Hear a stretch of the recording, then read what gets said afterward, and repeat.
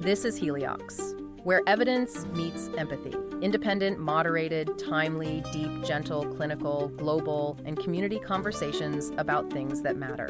Breathe easy. We go deep and lightly surface the big ideas.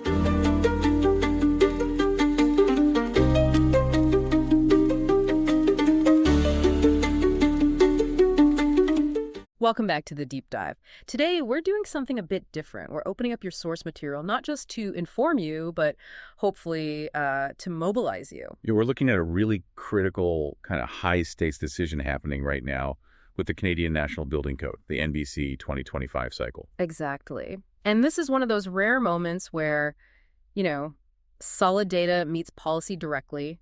We want to hand you the key, basically, to influence that decision, like right now.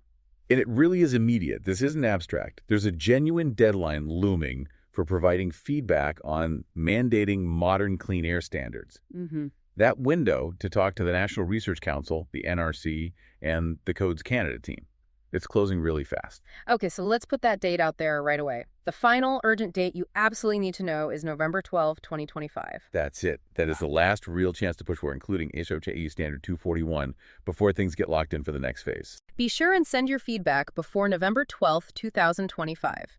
You can find an email template with the exact subject required, a to and a CC email and example content on our corresponding Substack for this episode. Link in the notes. When you have made your submission, please make a note in the comments that you have done so and where you are from. Thank you. We're jumping straight in today with something pretty critical, maybe the most valuable infrastructure policy idea in Canada right now. And it's got nothing to do with roads or bridges. No, we're talking about protecting, what one source calls our national human energy. Basically, clean air indoors. Right. And the focus is ASHRE Standard 241. That's the one for controlling infectious aerosols. Exactly. And our sources, they aren't framing this like some dry engineering rulebook. They're talking about it as a ready-to-go, shovel-ready project, one that could deliver something like a $15 billion economic boost once it's fully rolled out. Okay, hold on. $15 billion just from, better ventilation? That's a huge number. It is. It sounds massive. But the economics, when you dig into them, seem to back it up, mainly through preventing illness and disability. So our mission for this deep dive is to unpack that. How do we actually get that benefit? What are the real costs, the regulations, the hurdles? And why is this decision about putting ASHRA 241 into the National Building Code, the NBC, happening, right now? Yeah, the timing is key. But for you, the listener, just the basics. ASHRA 241 sets minimum standards to cut down airborne disease in buildings. Think better filters, more fresh air, maybe UV cleaning. And it's all measured against one thing. Pretty much. The core metric is equivalent clean air flow, or ECAI. It measures the result, how much clean air is actually being delivered, not, prescribing exactly how you have to achieve it. Flexibility. Got it. Okay, let's get into the nitty-gritty. Segment 1, the technical and political landscape. So this standard, it comes from the U.S., ASHRA is American. If Canada adopts it into the national code, who's actually responsible for making sure buildings meet these, complex health standards? Right, good question. In Canada, accountability is crystal clear. It lands squarely on the engineering profession. Meaning you need a professional engineer, a PN, licensed in the relevant province, to design and sign off on these systems, usually someone with an HVAC background. So it's not optional. It's legally binding if it's in the code. Absolutely. This isn't like a green building checklist you can aim for. It's about legal liability, public safety. There are voluntary certs, like HHRE's own certified HVAC designer, but they don't replace the PM requirement for sign-off. Okay, so the engineers implement. Who's pushing for this change? Who wants ASHRE 241 in the NBC 2025 update? Well, naturally, the engineering groups themselves are pretty vocal. The Ontario Society for Professional Engineers, OSPE, they submitted strong support back in 2023. What was their argument? Basically, that this is the most effective way to sort of pandemic-proof our infrastructure, make buildings resilient. Makes sense. But who makes the final call? Who are the gatekeepers? That would be the Canadian Commission on Building and Fire Codes, the CCBFC. They operate under Codes Canada and the National Research Council, NRC. They manage the whole NBC update cycle. And you mentioned the clock is ticking. How urgent is this? It sounds like a decision with really long-term consequences. Incredibly tight. The public review for the NBC 2025 proposals, that already closed, way back in February 2025.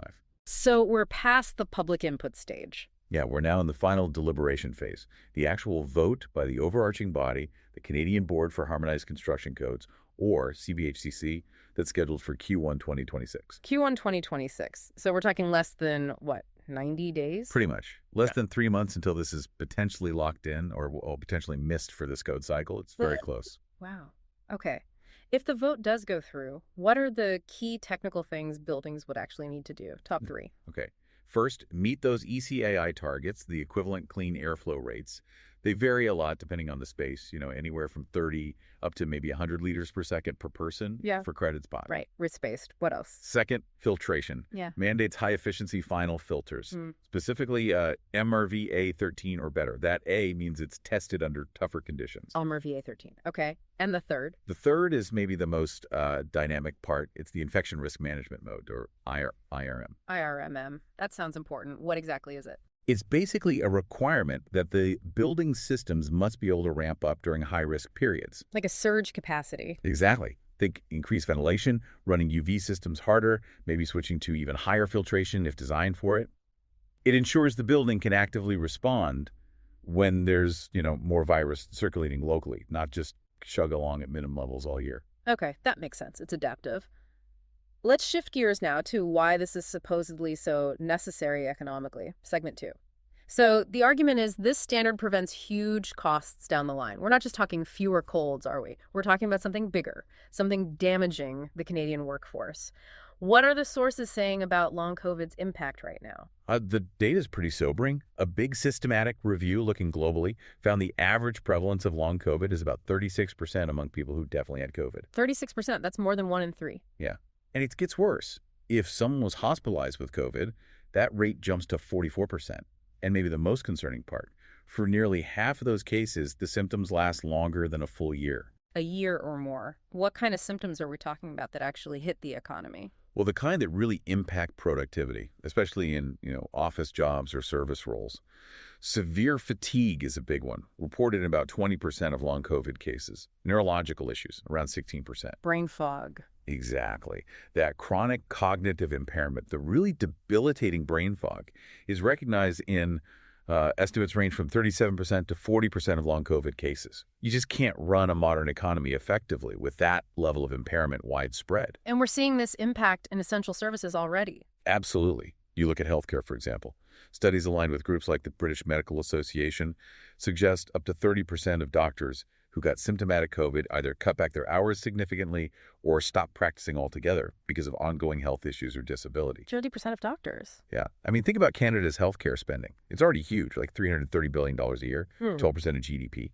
Losing that kind of high-skilled workforce constantly, it's financially devastating, let alone the impact on care. Okay, this connects to a really crucial point from the sources about getting infected multiple times. It's not like catching a cold over and over, is it? The risk profile changes. That's probably the single biggest aha moment in the data, and it really justifies why a mandatory standard makes economic sense. Reinfection isn't just bad luck. It seems to actively increase the danger. How so? Each reinfection appears to raise the odds of developing long COVID by roughly 35% per reinfection event. Wow, so it compounds. It looks like it.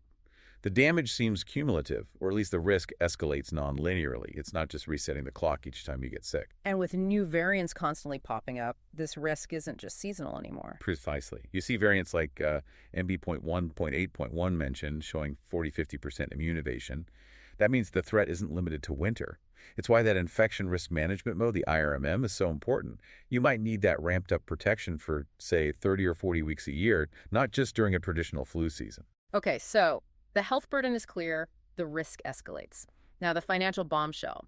The sources point to a massive problem with private insurance basically stepping away. Yeah, this is potentially a $30 billion annual fiscal time bomb for the public purse. Wow. Because major private insurers, names like Sun Life, Manulife are mentioned, are reportedly denying a huge chunk, over 40%, of long-term disability, or LTD, claims related to these kinds of infection-driven chronic conditions. On what grounds? Often citing things like lack of objective evidence for symptoms like fatigue or brain fog, or using specific infectious disease exclusions in policies. Basically, they're saying it's not covered. So the private market washes its hands of the long-term costs resulting from arguably inadequate public health infrastructure like poor indoor air? That's exactly the implication. And that decision shifts the entire financial weight, estimated at $20 to $30 billion annually, straight onto public systems. Meaning EI, CPP, disability. Exactly. Employment insurance, the Canada Pension Plan, disability benefits. They end up footing the bill for chronic illnesses that, the argument goes, could have been largely prevented or mitigated by better building standards. If government doesn't mandate clean air, the taxpayer effectively covers the long-term disability costs. That's a powerful financial argument for mandating something like HHRA 241. It flips it from a cost to an investment, or maybe cost avoidance. Precisely. Which leads us nicely into the next segment, the actual financial case for implementing it. Okay, so if not acting potentially leaves taxpayers holding a $30 billion bag annually, then doing something like adopting HHR 241 looks different. Why are the sources calling this specific standard so shovel-ready? Well, mainly because all the pieces are basically in place. The standard itself, HHRA 241, is finalized. The methods for calculating that key metric, ECAI, are developed, and, crucially, the expertise is here. The engineers we talked about earlier. Yeah, Canada has over 300,000 licensed professional engineers. A good number of them specialize in HVAC and building systems.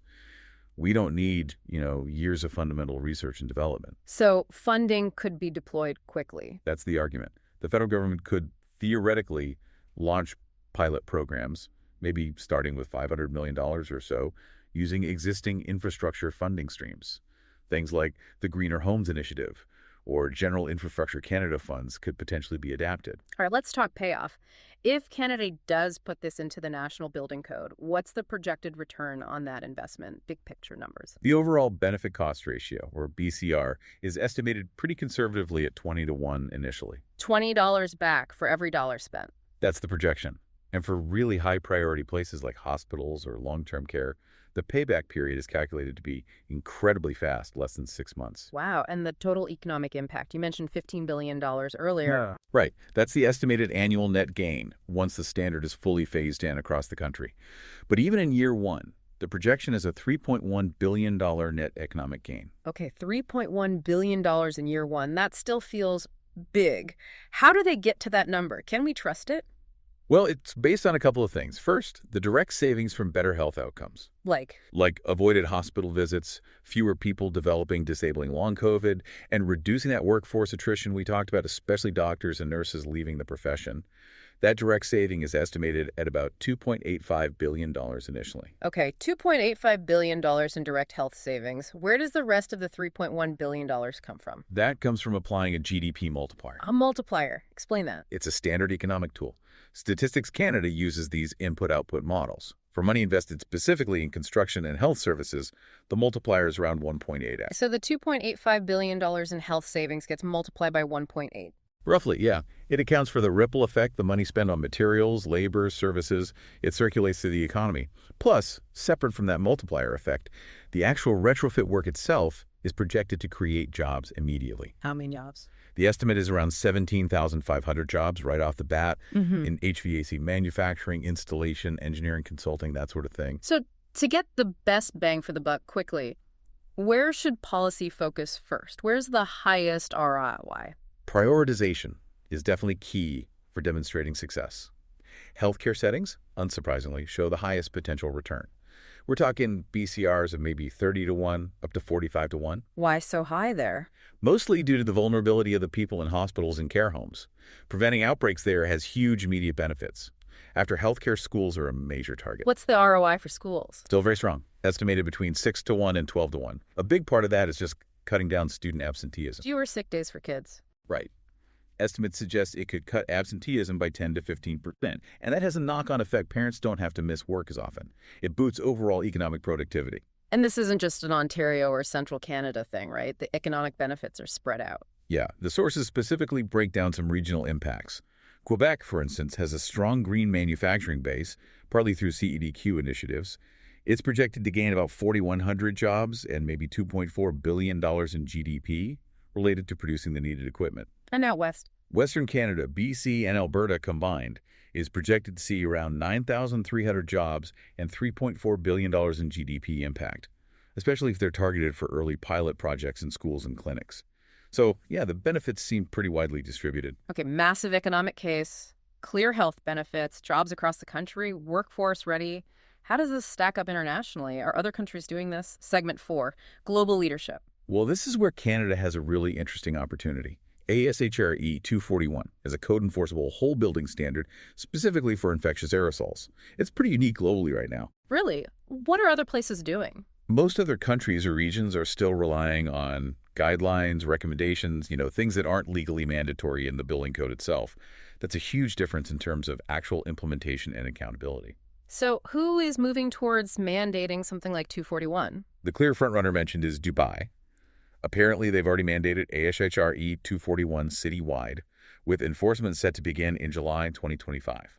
Dubai. Okay. What about major Western economies? The U.S., Europe? The U.S. is lagging, frankly. Adoption there is mostly voluntary or discussed at the state level.